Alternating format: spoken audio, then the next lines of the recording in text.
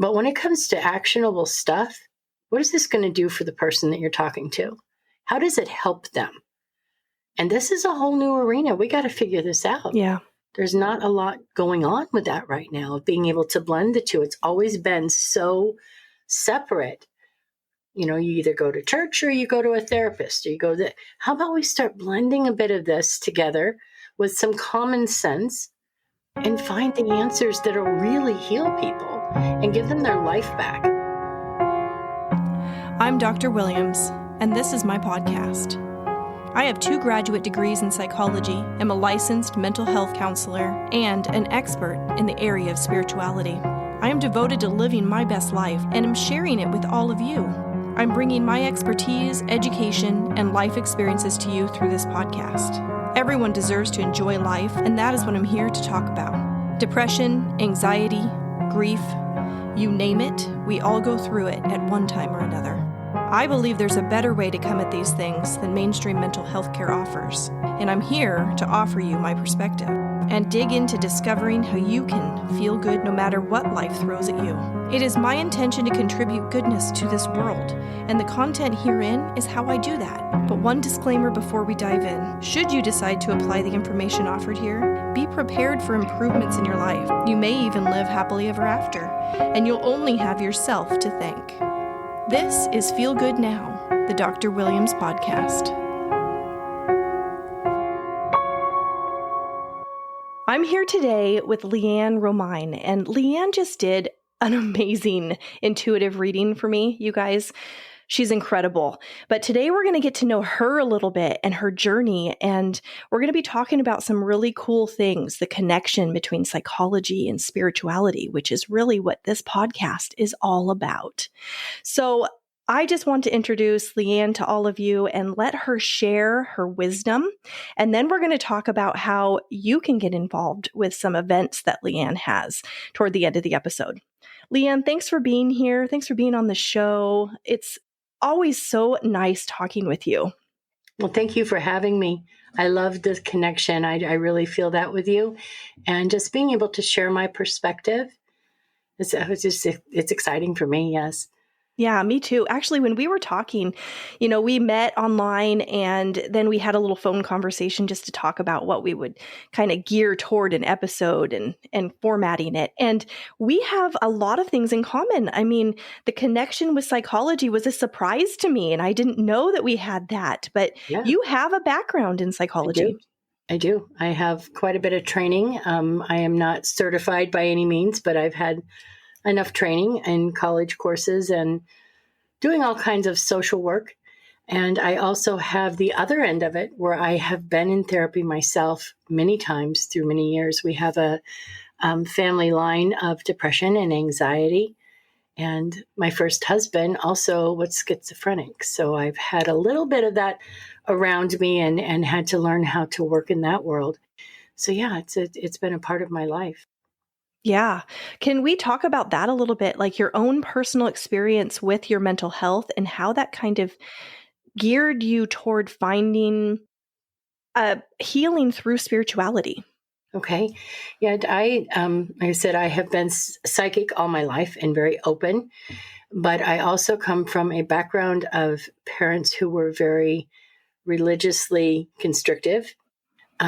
They were Jehovah's Witness, so everything that moved and breathed that didn't come from there was evil. And so I had to learn how to balance all of that and to figure out that I wasn't the evil one. And then you add that in with the depressive genes that I carry. And I left home at 14. I couldn't handle it anymore. Wow. I just couldn't handle. I was out too late one night with a friend from high school, or, I skipped 2 grades, so it was my sophomore year. Anyway, I was out too late, and her boyfriend, who was living with her and her family at the time, was 21, so 7 years older than me, was driving me home, and I realized my dad's truck wasn't there, meaning I was in big trouble. Uh-oh. And I just couldn't deal with it. I could not deal with it. And this man I had just met said, you just don't have to go home. We were married for 11 years. Oh my gosh, that's how you got married to your first husband. I did not go home. It's not the prettiest story going, but Yeah. But wait, wasn't that your friend's boyfriend? Yeah, I know it's not the prettiest story. I was 14. We were meant to be together, obviously, or it would not have happened the way that it did. Yeah. I mean, I look back on it now as a 60-year-old woman. I'd have put him in jail in a heartbeat, and I think my parents probably wanted to. But I was already an adult in my own head and living my own life. So I did not see it that way. We had, I lost my first baby during childbirth. That was shortly thereafter. And then I got pregnant again and had our son. Amazing, amazing reason for doing what I did. And we were together for, like I said, for 10 years. But that time that I spent gave me a space to be able to delve into my own spirituality, as scary as that was for me. He was Jewish, which, I mean, you just goes throwing all of these things together, Yes. not practicing, but that was a big part of, what I was trying to learn. So I started studying religion all over the place. I wanted to know everything about all of it.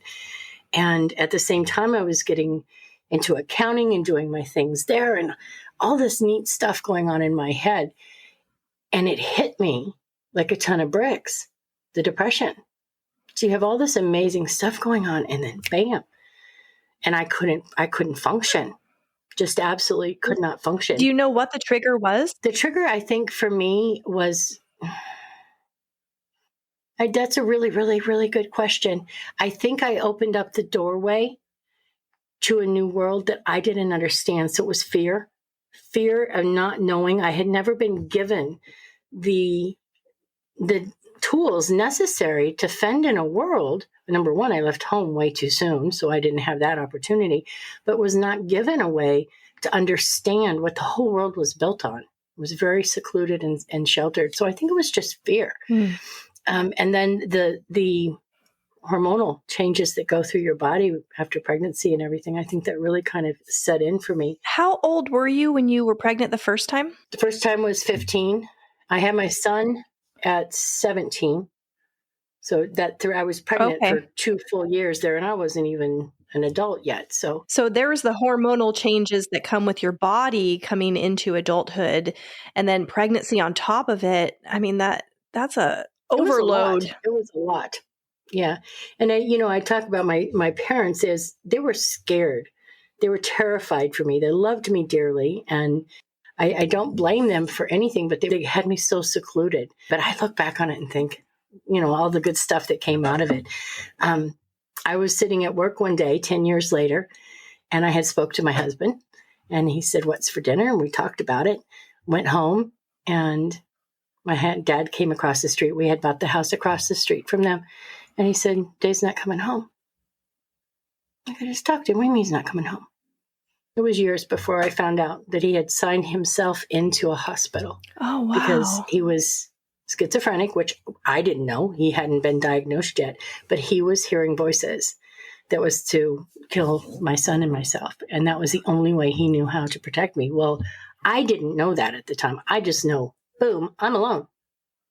So I went from home 14 to now 24 alone. Wow. Completely alone. I gave back. I had just bought a brand new T-Bird and our home, and I had to give it all away. Just give it all away. So I thought, you know what? I'm doing something big here. And I went and I quit my job, the accounting firm, and I went to work for a metaphysical bookstore. Okay. Wow. Total 180. Total shift. I was so scared to walk into that store. Well, I just wanted to know, what was this? I knew it was psychic, but I'd never really delved into what does that mean. So I went into this store, and the gal came up to me and she's like, you need to listen to these tapes. And they were channelings from Lazarus, which was a channeled being that was very popular in the late 70s. And I can remember taking that tape home and pushing that button back in the old VCR days. I just knew the devil was going to come through that screen and get me. And what I heard on that tape changed my life. Mm-hmm. We create our own reality. Yes. That set me on a path of pure discovery. And I haven't looked back since. Yeah, that was my experience with Abraham Hicks. As soon as I heard Abraham, I was like, this is wisdom from source. Like, this is it. Exactly. You can look at it through quantum physics. You can look at it through religion. This is real. This is how this works. Yes. Yeah. And you start working with that and healing with that. And that's where the power comes in. Wow. I have to ask you, recently I was talking about mental health and spirituality, and the idea of schizophrenia came up because I had this thought of how many people who have been diagnosed with schizophrenia, and you and I need to talk about diagnosing because we have a thing on that. But how many people feel like they have this mental health disorder who are really just receiving information from, the spiritual realm? So what's your take on that? My take on that is I would say 90% in one form or another. I think there are what's called attachments, especially for people who do any kind of drinking or drugs at any point in time. And it doesn't have to be abusive, just the fact that breaks down our own natural defenses, and other entities can attach. You got something else in there talking, it will drive you nuts, and it shoves people out of the way. So that could go positive or negative. Oh, yeah, totally. And it can change through life, too, because you just have this open doorway with things coming in. And they've lost so much of themselves and that's where a lot of the anger and the pain comes in, because they have no control anymore. I think with schizophrenia, too, I think people sometimes are just born without the filters that we have, that we are given to live in this 3D world, which is an illusion. Yes. And if those filters are broken, which you think of the other parts of the body that can break down, the brain can break as well, you're going to be seeing, sensing, and hearing things that are they there or not? Right. It could be another dimension. I don't know, but they don't know that either. So they don't have any parameters. How can you live in that world? It can't help but go wrong. But so giving someone drugs just makes it worse. Locking them up, in some cases, needs to be done for their own self-safety. But being able to work with them in a way of finding out, how are we going to know if we don't ask and then listen? Yeah. Well, and a lot of these people, they don't understand that there is a non-physical reality, right? No. And so And it would how scare them scary if is they did. that? Yes. Well, it's scary that what they're experiencing because they don't have a way to understand it. But if they had a basis in spirituality, they might be able to go, oh, okay, I'm connecting with something else. There's a gal on TikTok right now, and she has episodes, and she tapes all day long so she can put these episodes out there. And what I see watching those when they pop up, I scroll on by. I can't. Really? And she's just sitting there. I mean, you could see her eyes, and sometimes she acts like she's talking to somebody, but the energy around her, and I read people's energy, I have nothing to do with it. Ooh. That's intense. Giving you the bad shivers. Yeah, exactly. How are you going to deal with that? Yeah. The psychology world is not prepared to deal with that. Religion has done a terrible job of it. Yeah. There's got to be a blending of something that matters in this world that can make some real changes for a whole bunch of people who we are losing them right now. Yeah. How many teens are going through times where they don't have anything to hold them together? But the amount of knowledge that they have in their hand, yes, their phone, is more than most of us would have gotten in a lifetime. And they have it all there, but they don't have any guidance. They have no anything. What are they going to do? Yeah. And then you add all of those kinds of things on top of it, and we're needing some help here. Yeah. I really, with my own kids, am trying to teach them about their emotions being their guidance system so that they can tune into who they really are and be guided by that instead of looking externally for guidance. These kids came into the world at the perfect time. They're choosing this. Oh, yeah. And they are here because they have their own desires and wanting to expand in their own way. And you're right. Without that knowledge, it could go into a really negative place. But if they learn, if they learn that they have that guidance within themselves, and all they have to do is look at it and go, tune it in. Scroll on by. That's not a thing. Or I'm intrigued up to a certain point, but they won't make the decisions that could open them up to all sorts of trouble. Yeah. All sorts of trouble. Yeah. But yeah, my whole heart is behind everything that you do when it comes to the psychology and blending real based stuff. I'm such an actionable person. I love to get into the theory and the this and the that. That's fun for me. But when it comes to actionable stuff, what is this going to do for the person that you're talking to? How does it help them? And this is a whole new arena. We got to figure this out. Yeah. There's not a lot going on with that right now, of being able to blend the two. It's always been so separate. You either go to church or you go to a therapist, or you go to, how about we start blending a bit of this together with some common sense? Yeah. And find the answers that'll really heal people and give them their life back. We don't want a bunch of drugged up people running around, or people that have to be locked up, which they don't even do that anymore. We don't even have that safety net. So yeah, they're living on the streets right now. So you are a living example of this, right? Oh, goodness, yes. I would have been, 10 years I spent.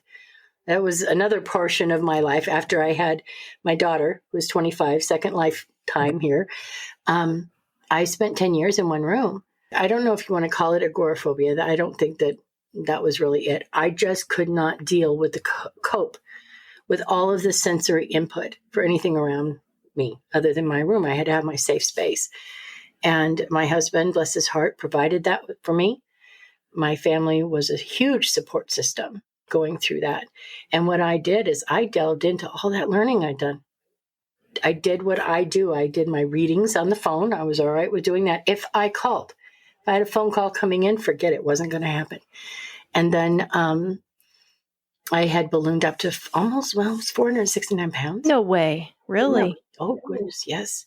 I didn't move. For 10 years, I stayed in one room. I'm serious. I had a waterbed. Wow, LeeAnn. We had rebuilt the old Victorian home here.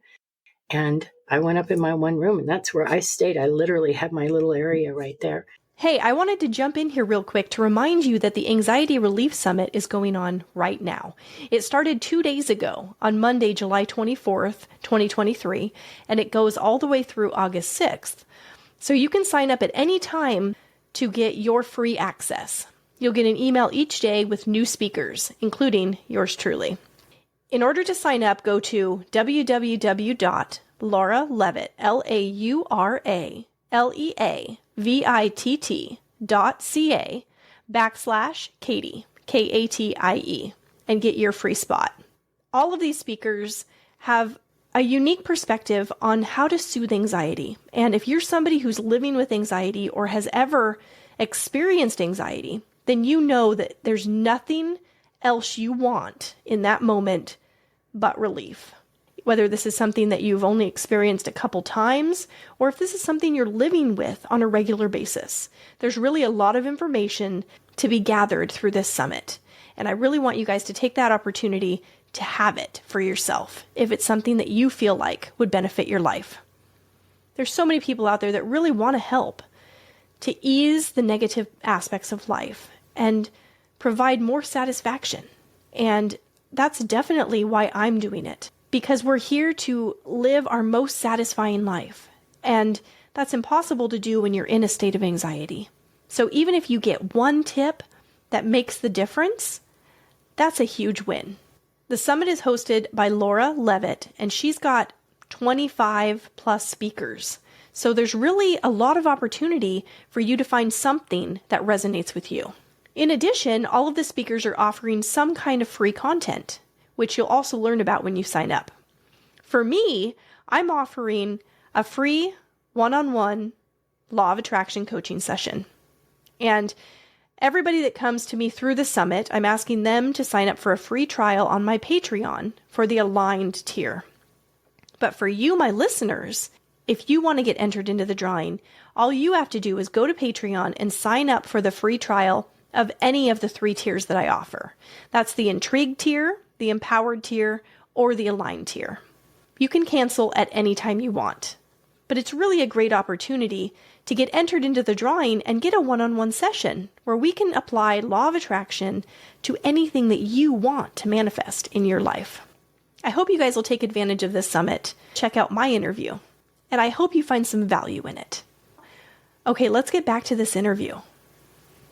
Okay, we have to talk about the emergence then, because how did that come about? I mean, 10 years in a room. I think, again, it was for my child. I had a child, and I think that was what do they call that? Postpartum. Yeah. And then my mother-in-law, she died, but she went through a period, she had cancer, and we watched her die slowly. And that triggered a lot in my brain. And I just couldn't cope anymore. But I know full well that my soul was saying, you're on a wrong path here. You were meant to do the work that you need to do, and you've gotten way off base. And it put me back into delving into every ounce of spirituality. Oh, I got into the ghost hunting. What was that all about? It was, what's all that go? So I had to learn a little bit about that. And then the more talking I did, and I've been very blessed to be connected with some of the best people in the business always. The lady Jan Ross that owned a bookstore, she was my mentor. And I got to meet all those people. So I just started calling all these people I knew and delving in there and then practicing with myself and coming up with ways that work and helping people heal. So as much as I didn't want to leave, I was already helping people heal. And then I had lost some weight and got myself out of the depressive mode, but still didn't want to leave home. So we moved from there out to the country. These gorgeous, under these oak trees, I have this amazing piece of property. I just absolutely adore it here. And we had a great life. My husband ran rental properties and everything was wonderful until it wasn't. And here 5 years ago, I had cancer, got through that. He ended up with what they were calling pneumonia for about 6 months until I finally said, we're heading into the hospital, and he was being misdiagnosed. It was congestive heart failure. So he was put in a hospital immediately, and he underwent some open heart surgery. And well, it was 2 weeks later, I was given breast cancer diagnosis. Wow. Sitting in the heart surgeon's office. And the next phone call was from the mayor of the town that we live in, taking your properties. My husband had been making mistake after mistake because his brain was not functioning because of not having any oxygen for all that time. And he was making mistakes, literally enough and the people that were working with him, the code enforcement and everything else, had set it up to where the minute he made a mistake, they swooped right in. Wow. And I said, I can't. I'm in the hospital. And he said, if you don't get here now, and he had the TV crew, I'm leveling the place. It's gone. We're taking it from you. And I realized at that point, I couldn't hide anymore. I just plain couldn't hide anymore. So that week we lost everything, our income. And I was able to put my business back online, go through my own cancer surgery, get him back on his feet. And 4 years later, we now match that income fine through the work that I do. And I'm not beholden to anybody. Wow. At all. Yeah. I think crisis sometimes is what brings us out. You have to. I had to. I'm a strong woman. I didn't hide because I was weak. I hid because I had to learn something. And for some reason, probably because I'm so stubborn, they had to put me in a little space to get it out. But what I learned to be able to do at that time was to connect with people's soul. And that's what I learned. It was that connection, was the ability to do that. And I think keeping my own ego, my own preconceived humanness out of the way, that's what I gave myself, was to be able to do it that way. You had to isolate. You just had to turn the whole world off and just focus in. And raise a daughter and everything at the same time. Bless her heart. I missed all of her growing up. Wow. She had come up to me. I can remember going to a couple of her, she was a cheerleader, and I would go out, but at 400 some pounds. I mean, just that itself, getting me up and down the stairs in a 3-story house was something else.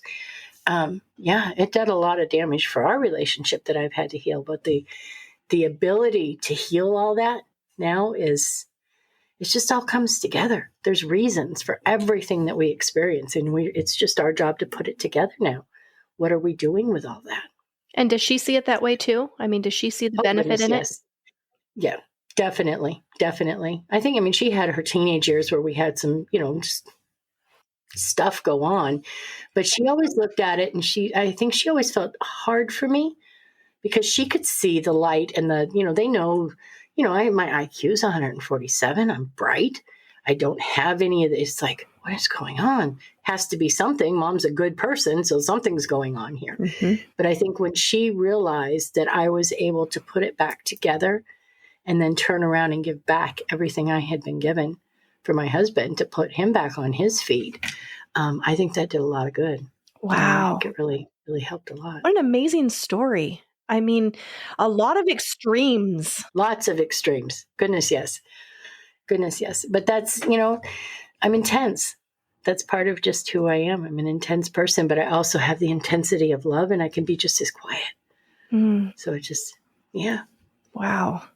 Well, we've kind of thrown out some diagnoses, and I want to make sure and touch on this. This is something that you and I really connected on when we were talking, is this whole, we got to kill the labels.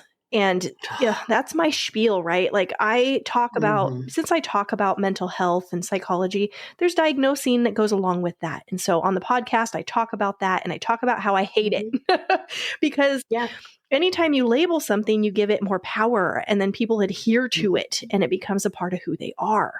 And I don't agree with that. And I just want you to share what your perspective is on labels and diagnosing. Gosh. My perspective on labels, oh my goodness. It goes, every area of life needs to open up to that, including the world I work in.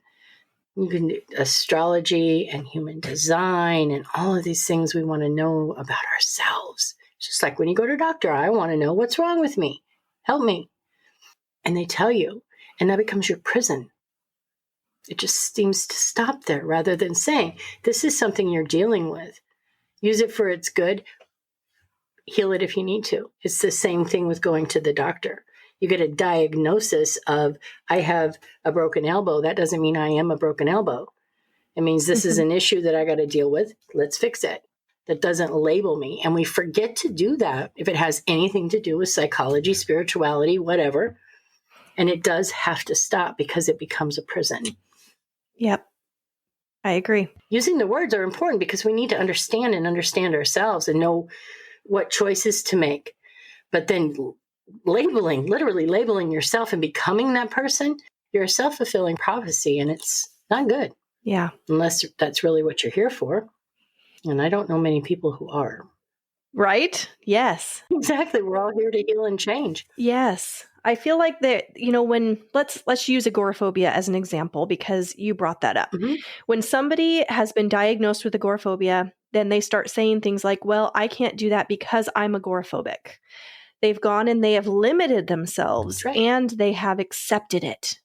And now they're not even wanting to leave or experience life outside. Yeah. No, because it's easier. Yeah, it's easier. I have this ailment. It's why I am who I am. Rather than saying, there's an ailment, how do I fix that? We're not wired that way. We need a little bit of a push to get over that. So yeah, I think that labeling can help with guiding. When people are really confused, I don't know why I feel this way. Why can't I go out? Well, there's a disease called, and it has to do with this part of your brain and this part of your brain. And then if you work on this and this and this and this, so you're not giving them, this is what you are. It's just, this is the symptom, and here's some things to do to fix it. Whole different dynamic in the mind. So as much as I hate it, the basis of having something to hang on to is vital for a lot of people, especially with mental illness. They have to have something. It's like the crazy person saying, tell me I'm not crazy. Yeah. I know what you mean. We have to have something, but then to help them to understand that's not who you are. Yeah.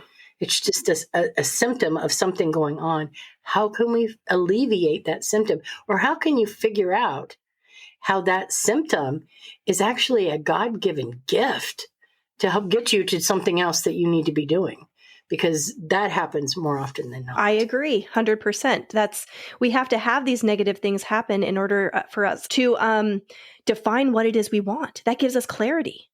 And you mentioned alleviate, and I want to touch on that because that really is what it's all about. It's about soothing. It's about feeling better. And sometimes when you get a diagnosis or a label that explains what you're going through, it's validating. And you're like, finally, somebody understands what I'm talking about here and what I'm experiencing. The key is, though, not to absorb it completely and just accept it as this is the way it is now forever. That's right. Yeah. It's just to say, okay, now what do I do with this? Right. How do I What do I do overcome with it? I have a nose. What do I do with it? I learn how to use it. It's like, Right. it's just a part of who you are. And then you decide, and we all want to change. It's part of our DNA to change and evolve and grow. And so unless we want to be caught in a web, we need to be changing and growing. And I think that psychologists and people who are in positions of leadership need to have every tool they can have to help other people move through those spaces. Which is a great segue into discussing how you are doing that. Because that's what you do with people, right? That is exactly what I do with people. I started doing readings, and that's pretty much where I was for a very long time. And then I went and I got coaching certifications, and I really love business. I just have a thing for it. I enjoy seeing people succeed and take an idea and make $1 million. To me, that's amazing. I just think it's great. And everybody I've ever worked with has been able to do that. And they're the people giving back. So it's like, how amazing is that? But what I do with people is to use all of the gifts that I have, connect with their higher self, and then connect them with their higher self. Because I believe your higher self needs to be your CEO.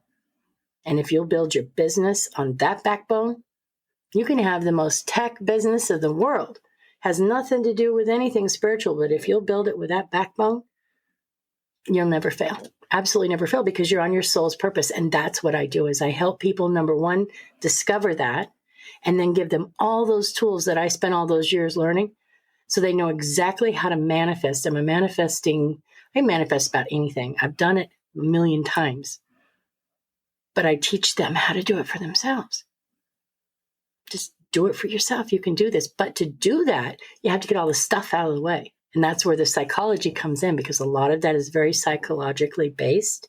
But then the techniques that I've learned, and then you add the spirituality in, and it blends together where people are healed. They're healed. And then from there, they just grow.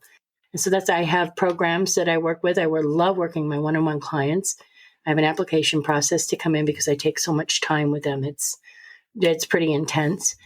And then I also have a free thing that I do every month called the Rise Series. It's an event where I just want everybody to come in and get a little taste. I do a little bit of talking about it. I just kind of pick out of the audience. There's a form that you fill out and you can ask questions or whatever. And I just want this to grow and become a way of people thinking. I want leaders together. That's what I do. I've just got it all over the place at the time. But I do have programs. My business is called Ignite You Global. And the reason for that is to ignite people's soul. Most of my business is done around the world. I have clients in Dubai, in Australia, and just all over the place. And they've come to me. My entire business is built on a referral basis also. So I've just been able to cobble all these amazing people. And I want you all together. Let's change this world one little itty bit at a time. Come to the Rise event. That's the best way to do it. Totally free. Just pop in once a month and get a little taste. And from there, then I have all my links and all the stuff where they can decide what's the best fit for them and how they can heal. That's what I do on a soul level. Let's heal. I love that. That's like dipping your toe in to do the Rise event, because even if you're not sure what it's all about, you can kind of just come in, do this free event where you start to see the benefit. And I mean, everybody, all of us, we all have something to heal. And then you're talking about, and then I can help you make $1 million. So who doesn't get on board with that? While you're healed and while you're impacting the world with what you do best, absolutely. So this isn't just for business owners. This is anybody who has an idea. No, it's for anybody. That's just where my passion, I just have a thing. I can look and say, here's a program you could create. Here's something you could do with what you have. And it just rises people above where they're at right now. And bam, things start working.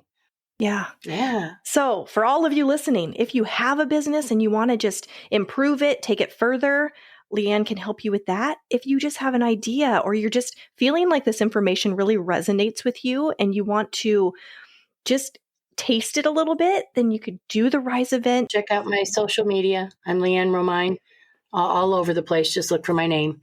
And there's a little bit of something. People either love me or not. And I'm good with that. If they love me, they're in my world, and I love them like family. We heal together. Well, I think it's clear that your energy is warm and accepting and welcoming. I think everybody can hear that. I know I can. I feel it from you. And I encourage you guys to check out LeeAnn and receive some of the benefit for yourself. LeeAnn, thank you so much for being here. I love talking with you. It's just always such a pleasure. I love it as well. It's such an honor. Thank you. That concludes this episode, but if you don't want to wait for the next episode to come out, I have more for you at drwilliamspodcast.com. You can learn more about me and my journey to podcasting, find all the ways to connect with me on social media, and there's a button to subscribe so you're the first to know what's new and upcoming. You also can shoot me an email at hello@drwilliamspodcast.com. You are so special to me, and your support does not go unnoticed. I want to support you too. This podcast is my outlet for growth because when you teach something, you hold yourself accountable and apply the information in life. But the inspiration for these episodes comes in a variety of ways, and one of those is through you. I want you to feel like this is your show too. So send me a message and let me know which episode is your favorite and why. And tell me if there's a topic you'd want to hear me talk about. Your feedback applies to so many people, and your suggestion could change someone's life for the better. The best way to do this is by subscribing to the show and leaving a review through your favorite podcast platform. I really listen to you guys, and this dialogue feeds my soul. You say that you're a fan of me, but truth be told, I am a fan of yours. Everything is working out for each of us, and we're all in this together.